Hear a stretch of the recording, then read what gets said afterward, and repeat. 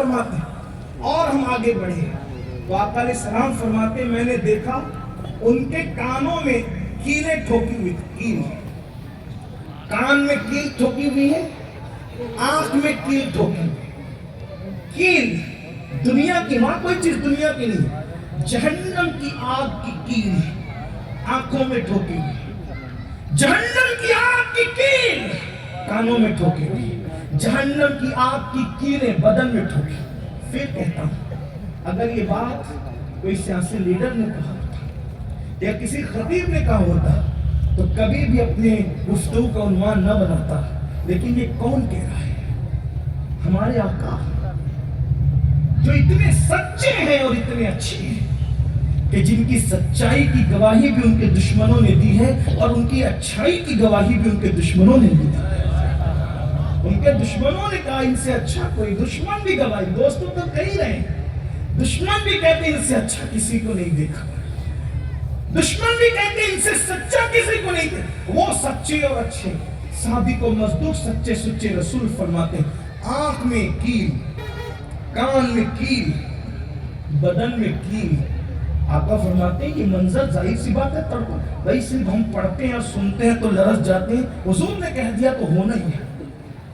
پتھر کی لکیر مٹ سکتی ہے، فرمان رسول میں کوئی جھوڑ نہیں ہو سکتی۔ ہمارا ایمان ہے آسمان پھٹنا چاہے پھٹ سکتا ہے، زمین پھٹنا چاہے پھٹ سکتی ہے، کائنات کا نظام بدل سکتا ہے، ان کے منہ سے نکلی ہوئی بات کبھی نہیں بدل سکتی۔ تمہارے منہ سے جو نکلی وہ بات ہو کے رہی۔ میرے کریم آقا صادق و مصدوق فرماتے ہیں کانوں میں کیلیں، آنکھوں میں کیلیں، بدن میں کیلیں۔ میں نے پوچھا جبریل یہ کون لوگ ہیں؟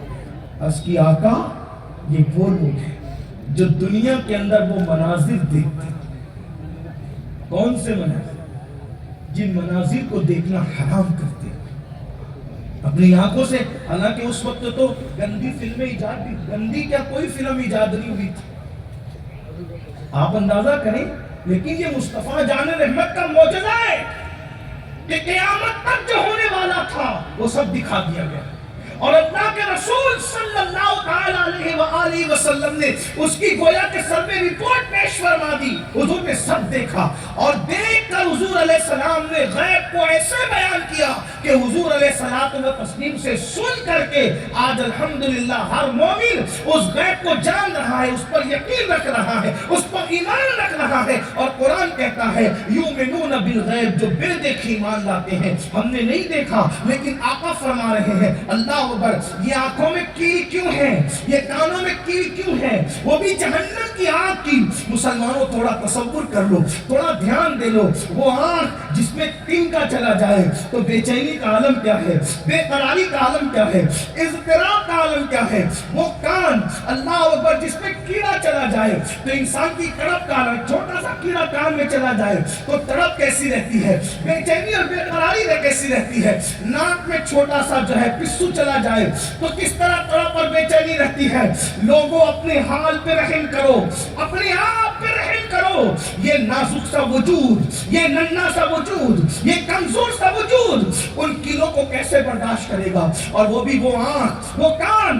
اللہ کے رسول صلی اللہ علیہ وآلہ وسلم فرماتے ہیں کہ کہا گیا یا رسول اللہ یہ وہ لوگ ہیں یہ حرام چیزیں سنتے تھے، حرام چیزیں دیکھتے تھے۔ آپ اندازہ کرو میرے بھائی آج کیا دیکھا جا رہا ہے، کیا دیکھ رہا ہے مسلمان، کس طرح دیکھ رہا ہے مسلمان۔ موبائل کے اندر کتنی گندگیاں بھری ہوئی ہے، اور یہی گندگی دیکھنے کی وجہ سے زنا آج بہت زیادہ جو پھیل رہا ہے، اس کی سب سے بڑی وجہ یہ گندی فلمیں ہیں، یہ گندی فلمیں ہیں، یہ ناچ گانے ہیں، یہ برائیاں ہیں، یہ بدیاں ہیں، یہ بدکاریاں ہیں جو ابھارتی ہے۔ اللہ اکبر، ذرا غور تو فرمائیو، ذرا غور تو کرو میرے بھائیو۔ اللہ اکبر، یہی گندی فلمیں، یہ گندا دیکھنا زنا کی طرف لے جاتا ہے، اور مردوں کو مردوں کے ساتھ بدکاری کی طرف لے جاتا ہے۔ جس کو لوگ جو وہ قوم لوط کا عمل بھی کہتے ہیں. اللہ اکبر. آج میری قوم کے اندر یہ دونوں جرائم یعنی زنا بھی اور قوم لوط کا عمل بھی تیزی سے بڑھ رہا ہے. اللہ اکبر. اس کی سب سے بڑی وجہ گندی فلموں کا پروموٹ ہونا, گندی فلموں کا عام ہو جانا. یاد رکھو, اپنے آپ پہ رحم کرو, ہمیں ایک دن مرنا ہے, اللہ کو منہ دکھانا ہے. میرے بھائیوں اندازہ کریں, اللہ اکبر, اگر کوئی کسی عورت کا چہرہ گندی نیت سے دیکھ لے تو مرتے وقت اس کی زبان پہ کلمہ نہیں آ رہا ہے. جو ننگا انسان دیکھے, زنا کا منظر دیکھے, لا الہ الا اللہ, کبھی لرزتے نہیں یہ لوگ, کبھی کانپتے نہیں یہ لوگ, کیونکہ زندگی قیامت تک لکھا کر کے لائے ہو. مرنا نہیں ہے, موت نہیں آنا ہے. سوچو تو صحیح, کیا کیا دیکھ رہے ہو. اللہ اکبر. وہ بھی خدا کے دیے ہوئے نرم نرم بستر پر, نرم نرم گدوں پر. کب تک جرائم کرو گے, کب تک پاپ کرو گے. قدرت نے کس کو مہلت دی ہے جو ہمیں مہلت ملے گی. اللہ اکبر.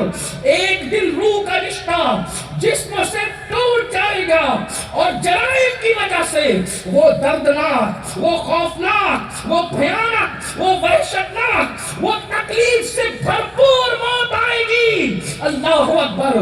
زمین اور آسمان کا اتنا وزن نہیں ہے جتنا موت کا وزن ہے, جتنا موت کی سکتی ہے.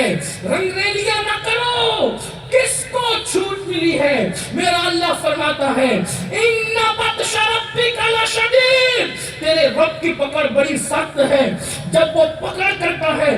بلکہ ہمارے بزرگوں نے فرمایا جوانی کی ایسی قدر کرو جیسے کسی غیرت مند مہمان کی قدر کی جاتی.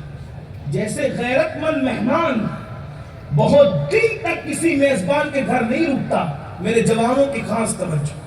جیسے غیرت مند مہمان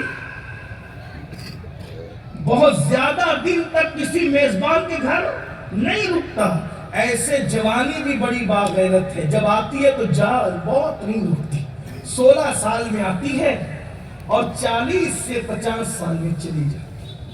فرمایا بزرگوں نے جیسے مہمان کی قدر کرتے ہو ویسے جوانی کی قدر کرو.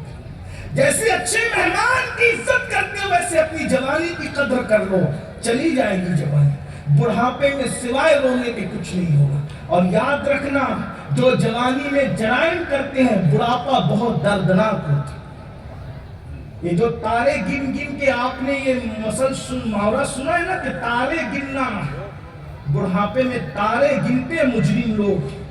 چھوٹے چھوٹے بچے بھی اوقات اور حیثیت نہیں دیتے. حضرت سید الطائفہ جنید بغدادی نے اپنے مریدوں کے ساتھ ایک مارکیٹ میں آپ جا رہے تھے, بازار میں دیکھا ایک بڈھا جو جوانی میں بہت مالدار تھا, بڑھاپے میں بھیک مانگ رہا تھا, لیکن لوگ اس کو بھیک بھی نہیں دے. آج کل لوگ کہتے ہیں نا بہت اچھا چلتا تھا حضرت ہمارا, پتہ نہیں کس نے کیا کر دیا, بہت برا ہو گیا. اپنی رات پر غور کرو, کوئی رات کیسے گزاری تھی اور کہاں گزاری تھی. بستر پہ کیا کیا تھا, لوگوں کے ساتھ کیا کیا تھا. میرا اللہ کسی پہ ظلم نہیں کرتا. عزت گئی, کاروبار گیا, برکت گئی, سکون گیا, چین